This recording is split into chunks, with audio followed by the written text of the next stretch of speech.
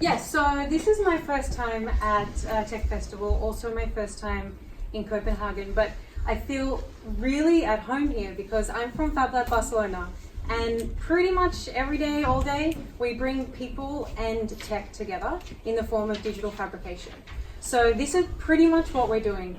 And here's a beautiful picture of exactly that.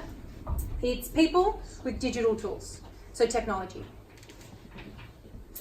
And one of the reasons that we're kind of doing this, and specifically in our lab, because actually there is 1,800 plus labs globally that do the same thing as us, and specifically in our lab, we're interested in how what we do can have an impact outside of those walls. So how can we actually make our lab connected to a global network of labs, but also a global network of people beyond the walls of any labs? So we call this locally productive, globally connected.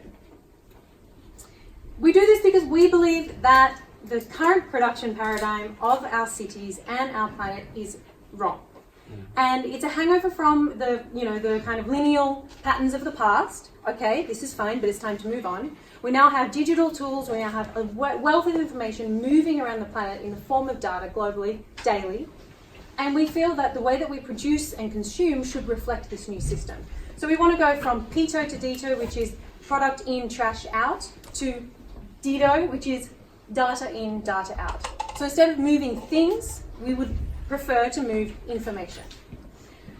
So we kind of do this connected to a global community that I kind of help to articulate, which is called Fab City.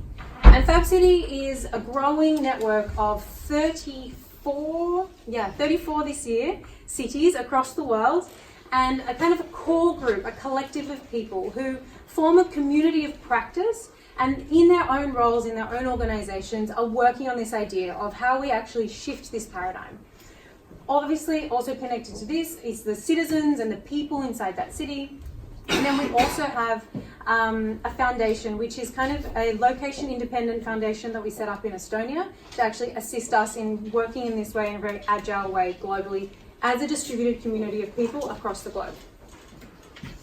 So the way that we actually practice this is through a full stack model. So we work from top down and bottom up at the same time. And we hope that we have this kind of infiltration constantly. And for us, this is kind of the top level is the cities, these 34 cities. This is the policy. This is like the people at the top, the traditional top. And then bottom, it's the infrastructure, the culture, the people, the tools, the citizens that kind of are making that base, that bottom up movement. In the middle, we have the movement of information. So platforms, ecosystem of platforms, and then also design and education. Hugely important, education. So we were kind of thinking about this inside our little lab in Fab Lab Barcelona, and many other labs, including and specifically in the 34 cities, are working like this in their lab. So we're all kind of doing it at the same time in different places around the world. And this makes a very interesting community. So I don't know, is anyone a maker here? Anyone from Fab Lab community? Anybody? Does everyone know what I'm talking about? Yeah. Okay, good. So I don't know. Basically, the idea of being a maker is that you do, right? You make. And that's about prototyping. That's about actually getting your tools and making sense of the world through producing something. So we always create prototypes in the way that we work. We always document prototypes. We document pretty much everything that we do. One of the kind of leaders of the Fab Lab movement, Neil Gershenfeld, is like documentation, documentation, documentation. Because we're not a distributed community of practice unless we document and then take the next step, which is share. So we share open source everything that we do. And this is so fundamental to the way that our movement and our community works. Because we believe that knowledge, it doesn't matter. If I know it, it's not knowledge. It's knowledge and it's culture when it's shared. So the coolest thing about this is that when we get together as 34 different spaces, 34 different cities in the Fab City network, each one of these cities does things a little bit differently, right? Because obviously I'm Australian, okay? So I'm going to do something a little bit differently to the people here in Copenhagen. But the information that we both attain and we both create is extremely important and probably useful to each other, because we don't do everything differently. We do a portion of what we do differently. Potentially it's just the language. Potentially it's just the time that we get up, the time that you have dinner. You guys have dinner here really early. So, these kinds of things, cultural differences. So this is not really important to the way that we document. So what happens is that we believe that the simple and the procedural tasks involved in doing different things, involved in prototyping, should be shared, so that then we don't have to reinvent the wheel every time, and that we can fork, check and change things differently in location, and then merge it back in to a global network of information and knowledge.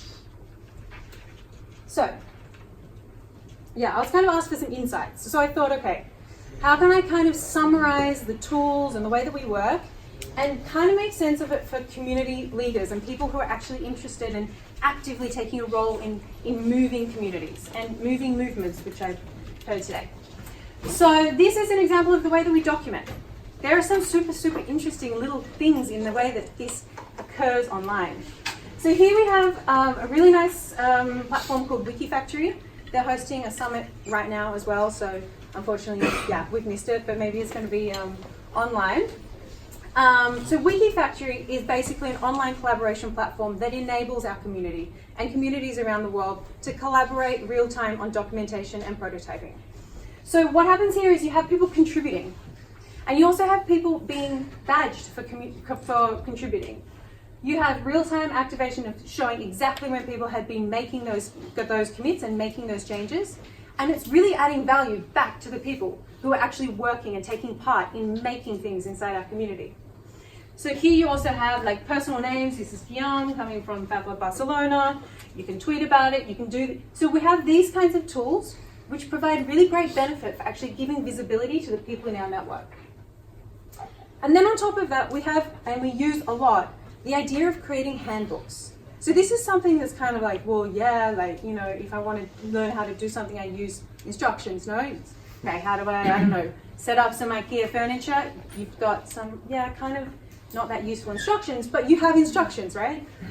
This, for running a distributed network and a distributed community of practice, has been one of our best tools, because this is an open source handbook.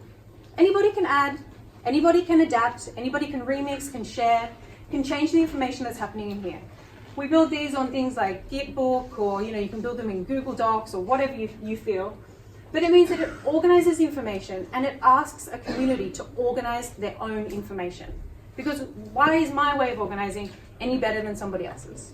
So we really take this democratic approach inside developing handbooks to talk about what are the needs of this community and how can we place them in one place so that everybody can understand exactly the way that we're working.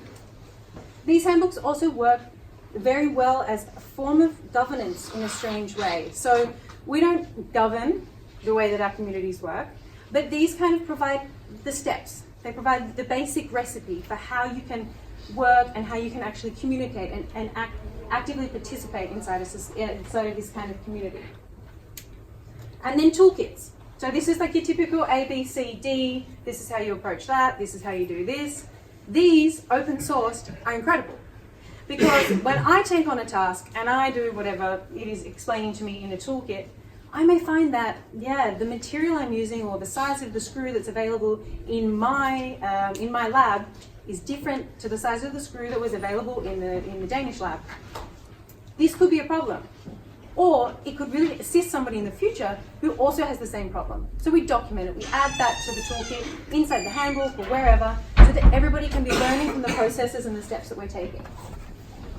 And finally, we talk. So you can kind of see, I like talking, and we also like talking inside our communities, obviously, and we do it online. So a distributed community needs tools to talk. And this is one of the ways that we do it. This is Precious Plastics at the end. Everyone knows these guys? If you don't know Precious Plastics, this is an epic community, and it comes from kind of the maker movement. You've got to get involved, you've got to check it out. It's about recycling plastic, but on machines and open source tool level. It's super exciting.